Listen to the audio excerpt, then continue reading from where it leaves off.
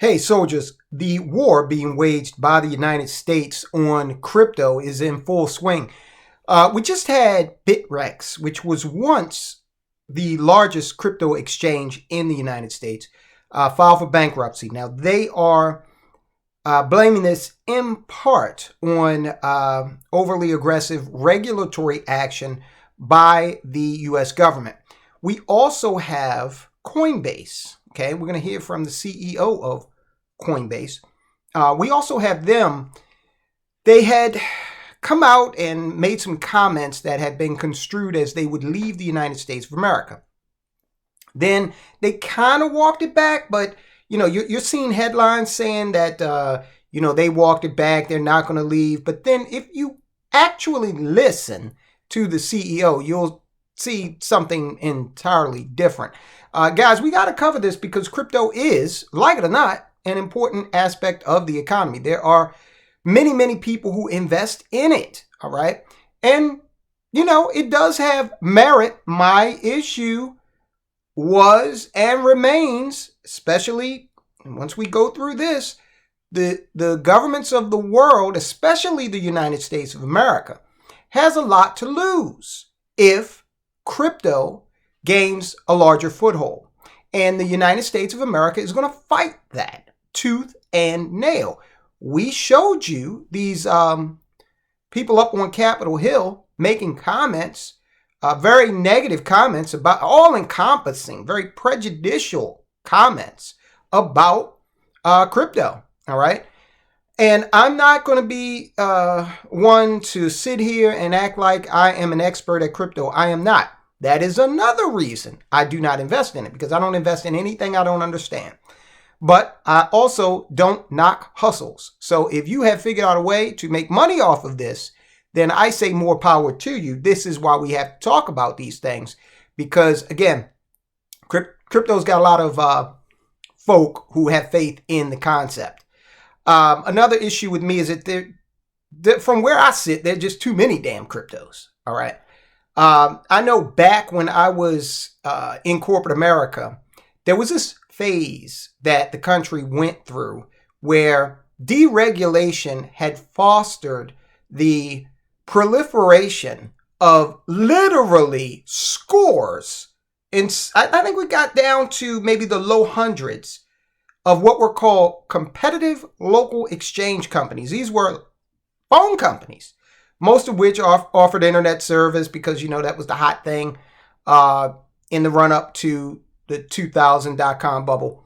And America just was not in need of hundreds of local exchange providers or these internet service providers. So I think most of them have been acquired. Okay, the big boys out there are now Comcast, Verizon, AT&T. It just went back to what it was. So right now, from where I sit, there's just too much choice. Okay, and that creates a lot of confusion.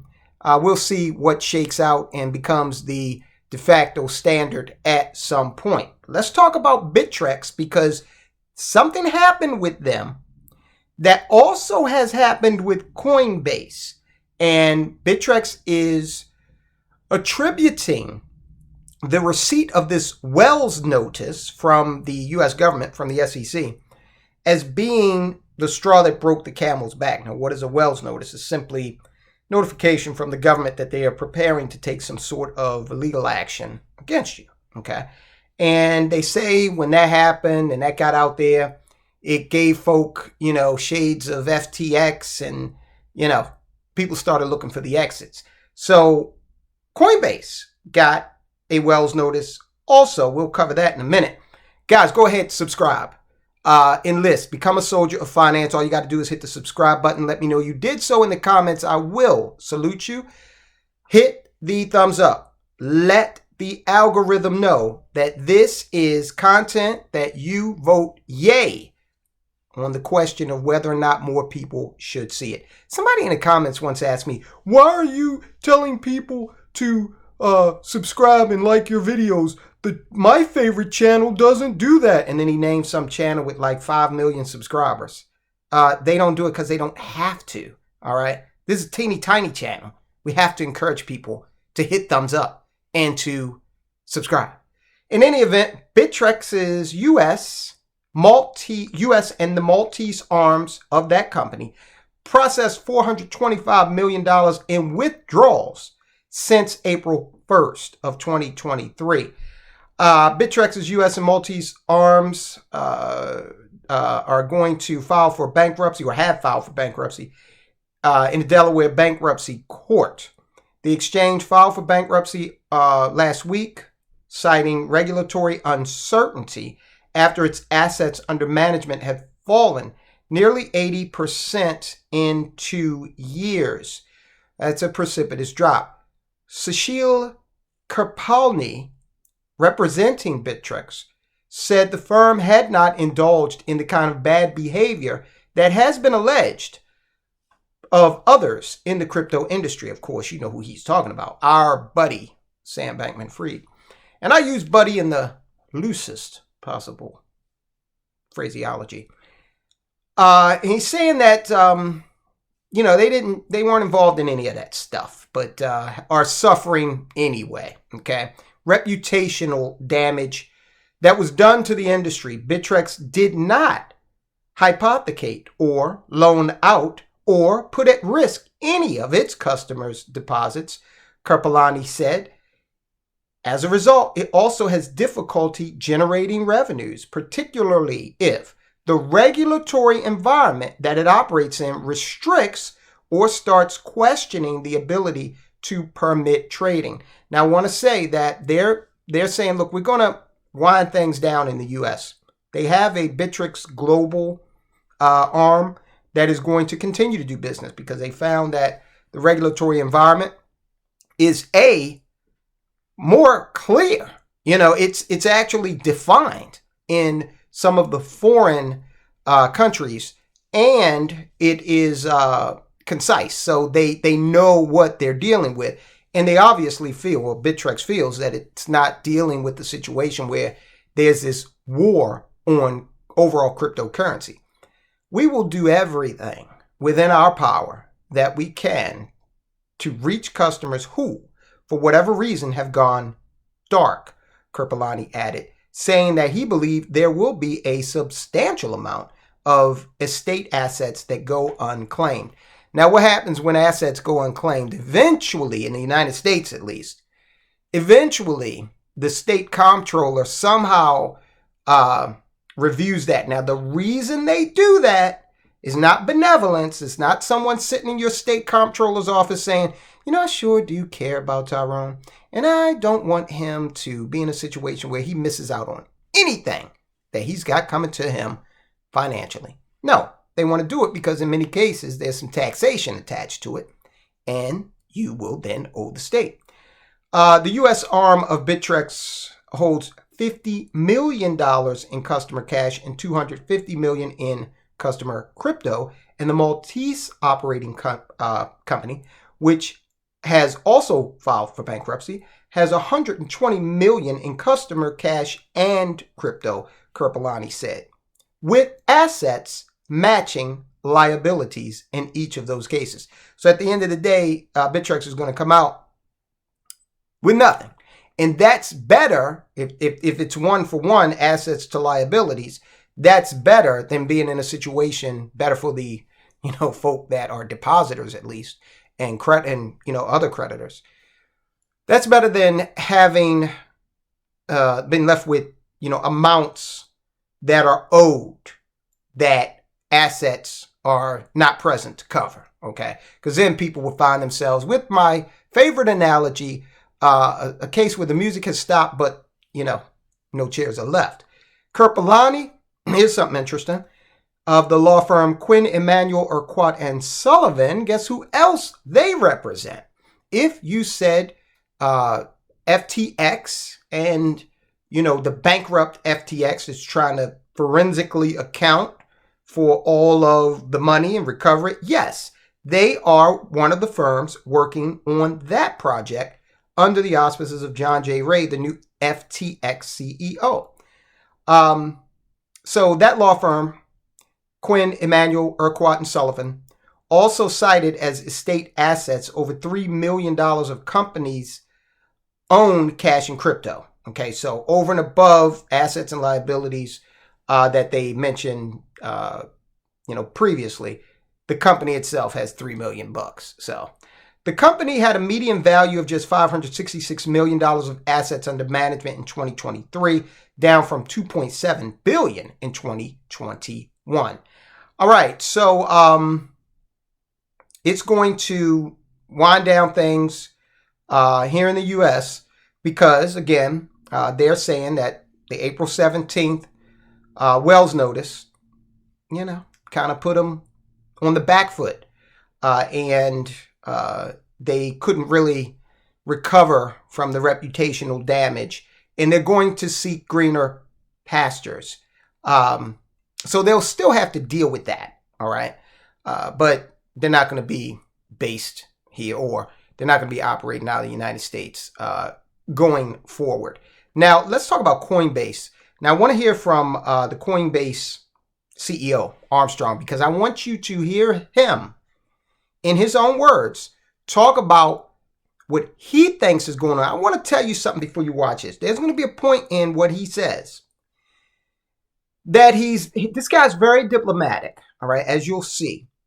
He's everything Sam Bankman-Fried isn't in terms of appearances, okay? Clean shaven, actually has enough respect for, his depositors and employees and investors to wear a suit, okay? You're representing someone's money, and you're running around town with, T-shirt, shorts, and a backpack, and people actually trusted that. But you'll hear Armstrong say that very diplomatically that he does see one particular arm of the U.S. government that is being a little overzealous. Now, he approaches other aspects or other, members within the bureaucracy and elected government officials. He approaches them more diplomatically, which I think is smart, because at the end of the day, you can get more flies with honey than you can with vinegar. But also watch how he approaches the question of whether or not they're going to move out of the United States. Go. Let's talk about the most recent announcement. You're expanding internationally as tensions with the US regulators grow. Coinbase has just announced an international crypto derivatives exchange. Walk me through the strategic rationale. How is this going to work?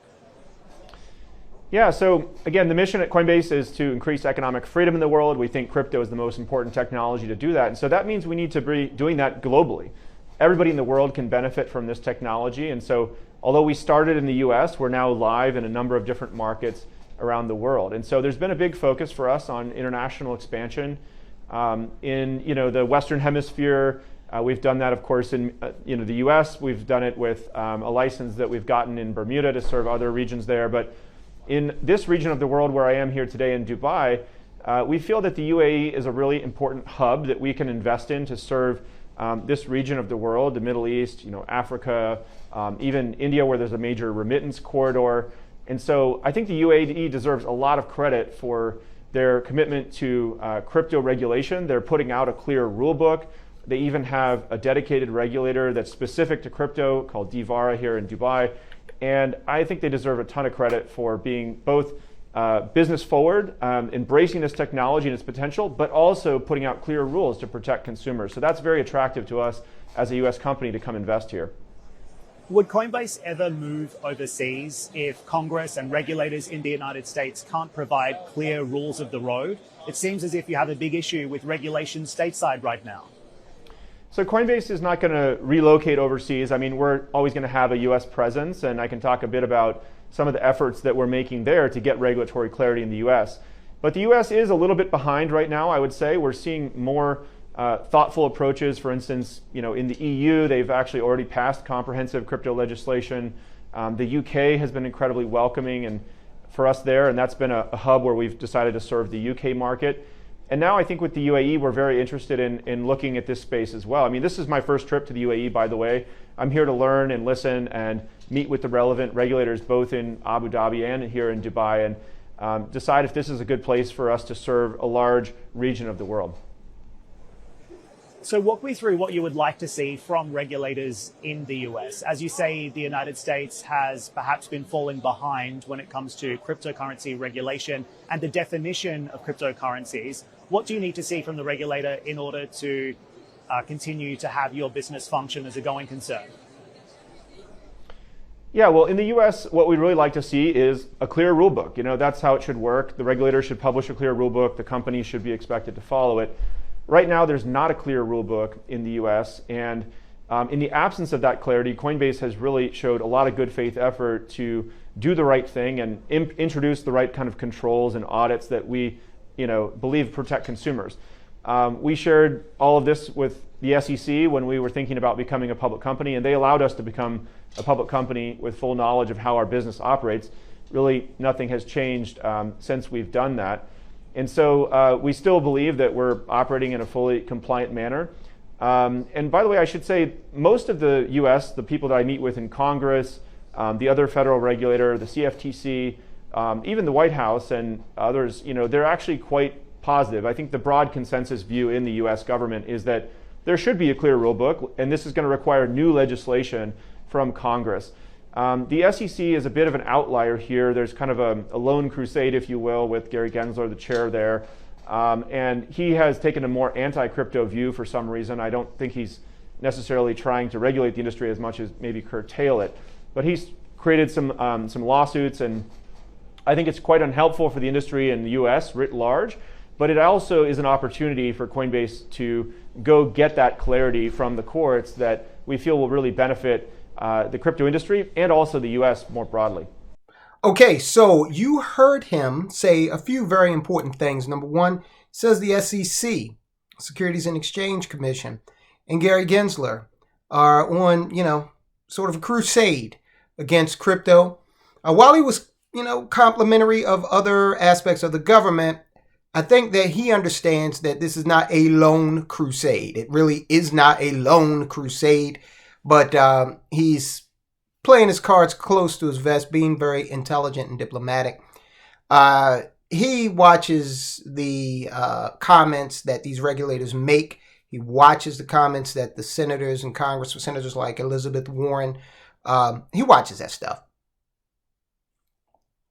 He knows, Brian Armstrong, CEO of Coinbase, knows full well that there is a war on crypto, and he's making comments that if you read through the lines, you get it. All right. Dubai is very complimentary of being able to go over and listen and learn, his words, from them. And when it came to the question of would they move out of the United States, the statement he made in April was a little more assertive, we'll say. Okay. He just came flat out and pretty much said they may consider moving. Now, on this particular clip, you heard him say that they're going to maintain a presence. Okay. Maintaining a presence is different from headquartering your business in a particular place, right? So based on the regulatory environment that we see today from the United States, greener pastures exist elsewhere. And, okay, you got a lot more people around the world. This is one of the things that helps these guys with these crypto exchanges and crypto in general get such traction.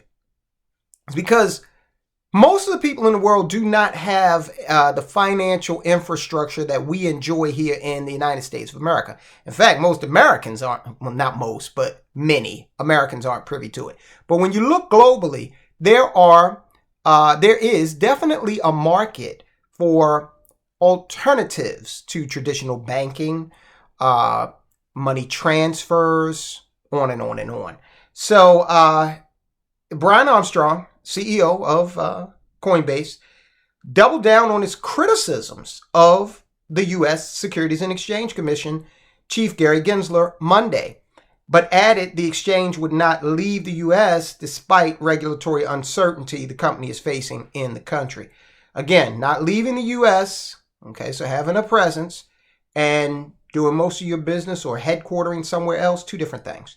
Coinbase has been under intense regulatory scrutiny in the U.S. lately following a grim year for the crypto industry, which saw major companies like FTX and Terra fail, prices plunge, and investors lose billions of dollars in the process. The SEC earlier this year served Coinbase with a Wells notice, a letter that the regulator sends to a company or firm at the conclusion of an SEC investigation that states the SEC is planning to bring an enforcement action against them. Now, you've got the muddy or the lack of clarity on crypto regulation here in the United States. You've got the tough talk from elected officials and regulators. And now you got this Wells notice. All right, so Brian Armstrong is looking at this and saying, you know what, I don't want my company to go the way of Bittrex. All right, and not be able to recover from this. So let's start mitigating some circumstances here. At the heart of the regulator's dispute with Coinbase and a host of other crypto companies is the allegation that it is selling unregistered securities to investors. Coinbase disputes this. The SEC is a bit of an outlier here, Armstrong told CNBC's Dan Murphy in an interview in Dubai on Monday. There's kind of a lone crusade, if you will, with Gary Gensler, the chair there, and he has taken a more anti-crypto view for some reason. Well, the reason he's done that is because he's gotten marching orders. The United States wants absolutely no competition to the U.S. dollar, especially coming from inside the city gates, okay? They're going to do what they can, especially if you're under their regulatory purview, their legislative purview, their legal purview. They're going to do whatever they can to quash it. I don't think he's necessarily trying to regulate the industry as much as maybe curtail it. Bingo! But he's created some lawsuits, and I think it's quite unhelpful for the industry in the U.S. writ large. But it also is an opportunity for Coinbase to go get that clarity from the courts that we feel will really benefit the crypto industry and also the U.S. more broadly. All right, so those are his thoughts on the subject. We talked about the fact that he kind of left open the possibility to roll it out, okay? We'll see if he does it.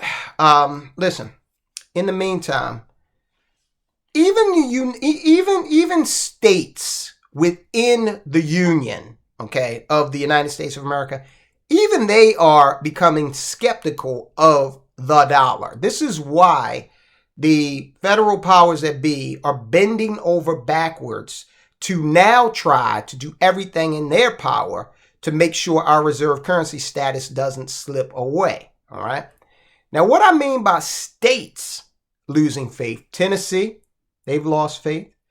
Wyoming, they've lost faith. Why do I say that? It's because they are fostering legislation that diversifies their method of exchange, okay, away from dollars. It's not going to be just the sole purview of the dollar to go into a 7-Eleven in Wyoming, Tennessee, or now Texas and make a purchase. Check this video out. Texas is actually entertaining legislation that would make gold and silver transactional currency. And on top of that, they have a digital currency component to that. But they're going to back it with gold and silver. At least that's their proposal. Watch the video, guys. I'll talk to you soon.